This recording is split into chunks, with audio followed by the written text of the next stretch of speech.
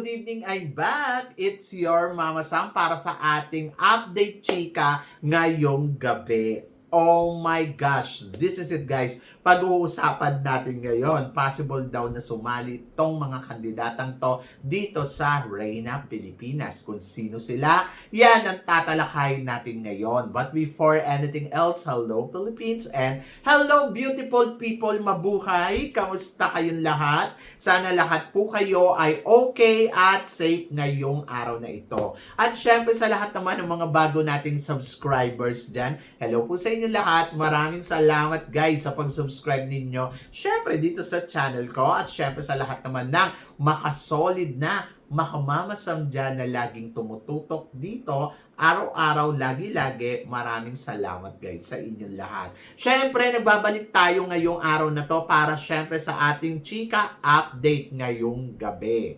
Ito nga, nako malapit na ang Reyna Pilipinas final screening nila. So sabing ganong grand daw ang ating makikita dahil may pasabog, o di ba? So syempre pag may pasabog, masaya tayo diyan. Ang tanong, sino nga ba ang sasali? Kasi nung first screening nila, medyo dismayado ang ilan kasi nga parang ang mga nakitang kandidata dito ay hindi man lang daw remarkable candidates.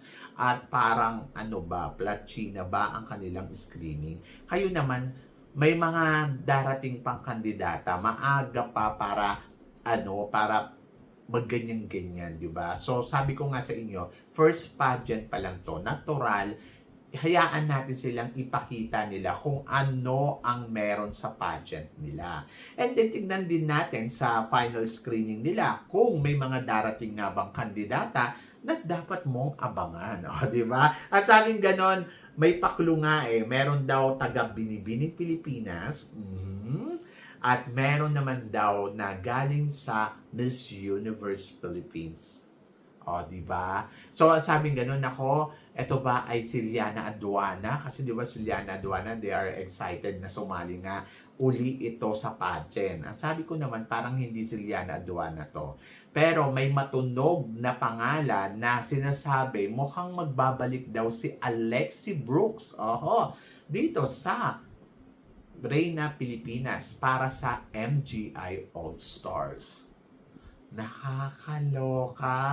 Bakit sasali si Alexi Brooks? Ako, ayun, tulad na sinabi ko nung nakaraan, ang sinasabi kasi nung iba, ay mama, sa may bakit naman si Reyna na rin naman. So, yung nabasa ko pala yung requirements, nakalagay doon, at least hindi pa pala nananalo sa major international pageant. So, ang ICO ay hindi naman siya maituturin nating major, di ba? Isa lang siyang minor pageant. Kasi ba't kasi may mga ganun-ganun? Unfair naman doon sa pageant. So parang sinabi natin na, ay okay lang naman yan, Alexi, yung mo, kasi minor lang. Parang ganun. Pinaghirapan din naman ni Alexi manalo doon, di ba? So yon, ako, para sa akin, sa totoo lang ko akong tatanungin ninyo, ha? Parang feeling ko hindi na dapat sumali talaga si Alexi. Ko ako lang, ha? Kasi parang happy ako sa kanya na naging Miss Eco International siya. Kung gusto ko man siyang bumalik, I think sa Miss Universe Philippines.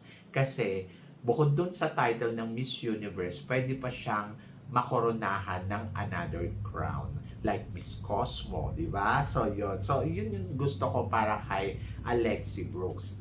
Pero kung gusto naman ni Alexi na sumali sa MGI All-Stars, di sali lang, di ba? Wala namang mawawala.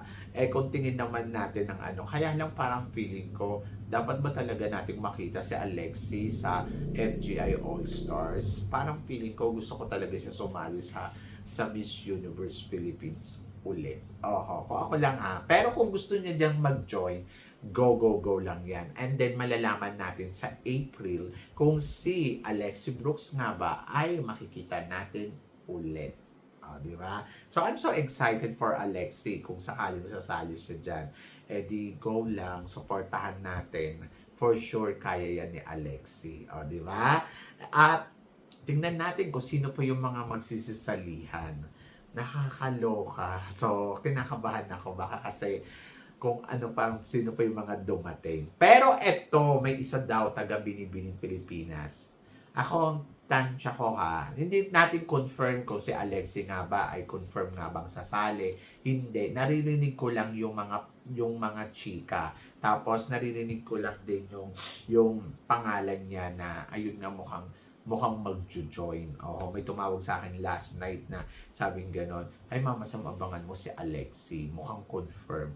Pero wala naman ako naririnig mula kay Alexi, kaya hindi ko siya ma-confirm. Kumbaga, abangan na lang natin sa July 3. Kasi ako kasi ganun eh. Ayokong pangunahan. Kasi parang, paano kung hindi naman sila sasali o baka may plano silang iba sa buhay. But sige lang, dahil nga pinag-uusapan, sabi nga ganon, walang usok kung walang apoy, di ba? Di go lang. So, abangan nyo sa July 3 kung makikita nga natin si Alex Brooks. Pero kayo guys, gusto nyo ulit sumali si Alexi dito talaga sa MGI All-Stars? So, why not? Coconut, bahala siya kung gusto niya. Anyway, so good luck and support natin yan.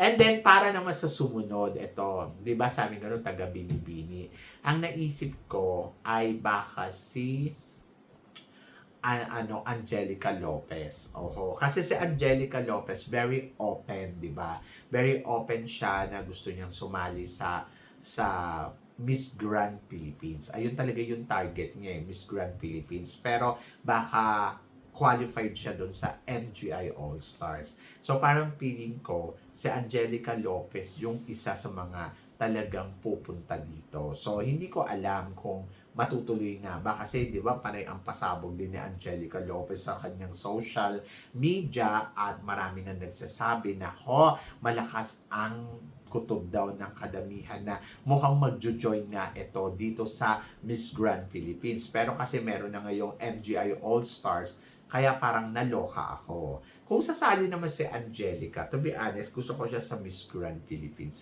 Pero parang feeling ko hindi. So, baka doon siya sasali sa MGI All-Stars. Kasi malaki din naman yung pa-premyo doon. At bakit hindi, di ba? So, kung ano naman, willing naman siyang sumali talaga at willing siya makipagsabayan. So, try lang niya. Wala namang mawawala. But nandoon ako sa part na parang gusto ko sana mag-Miss Grand siya. Sa totoo lang. Gusto ko sana Miss Grand siya. Tapos kung sino man yung sasaling isa. Pero kasi sa MGI All-Stars, alam ko sa transgender, ang isa doon, parang feeling ko ay tawag dito, si Patricia Lorenzo. Kasi si Patricia, ini-stalk ko din, panay din ang pasabog. So parang feeling ko, yung isa doon, si Patricia Lorenzo Diaz, tapos yung sa tinutukoy naman nila na parang galing sa Binibini, I think si Angelica Lopez. And then yung isa pa ay si Alexi Brooks kasi sumali na daw din sa pageant at nanalo. So yun yung mga paklo lang. Pero kung totoo man nasasali sila, exciting to. Di ba? Exciting kasi abangan mo kung mapapadala nga ba sila, mananalo nga ba sila, sino nga ba yung makakalaban nila. So mga ganon, yung mga tipong ganon yung hihintayin mong kasagutan. Basta siguro magtiwala na lang tayo and then tingnan natin, sabi ng ganon, ang kailangan nila sa MGI All-Stars, yung malakas yung suporta.